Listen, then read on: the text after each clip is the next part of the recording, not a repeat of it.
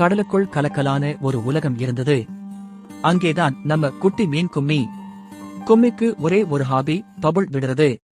அதுவும் சாதாரண பபுள் இல்ல. டுபு டுபு டுபுன்னு நாள் முழுவதும் ஜாலியா பபுள் வீசுவான்.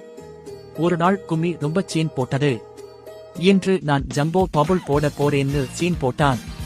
அதுக்கே பக்கத்துல நீந்திக்கிட்டிருந்த மீன்கள், ஐயையோ இன்னைக்கு யாரோ வானத்துக்கு போறாங்க போல நூ சிரிச்சாங்க. கும்மி தன்னோட கண்ணுகளை பலூன் மாதிரி புடைத்து, புடு புடு புடு புடு, அடடா பபுள் கொஞ்சம்னு இல்ல, கும்மி அளவுக்கு பெரியதாகிவிட்டது.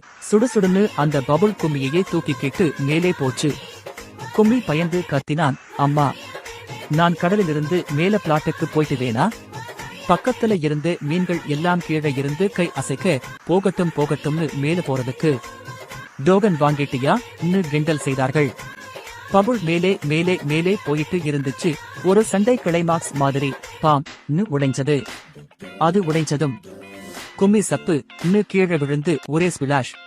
கும்பி விழுந்து உடனே கண் இரண்டு சுற்றி, அடடா உலகமே சுழலற மாதிரி இருக்கு தலை குலுக்கினான். அதைக் கண்டு எல்லா மீனும் ஹாஹாஹா சிரிச்சாங்க. கும்மி ஏங்கிய முகத்திலே சொன்னான், சரி பாஸ், இனிமேல் நான் நார்மல் பபுள் தான் போடுறேன். இந்த ஜம்போ பபுள் உல என் ஹார்ட் ஜம்போ ஆயிடுச்சுன்னு சொன்னேன். அதைக் கேட்ட எல்லா மீன்களும் எல்லாம் ஒரு அளவுக்கு மீறினால் இப்படித்தான் நடக்கும் என்று சொல்லிக் கொண்டே மீண்டும் சிரிச்சுக்கிட்டே நீந்திச் சென்றாங்க.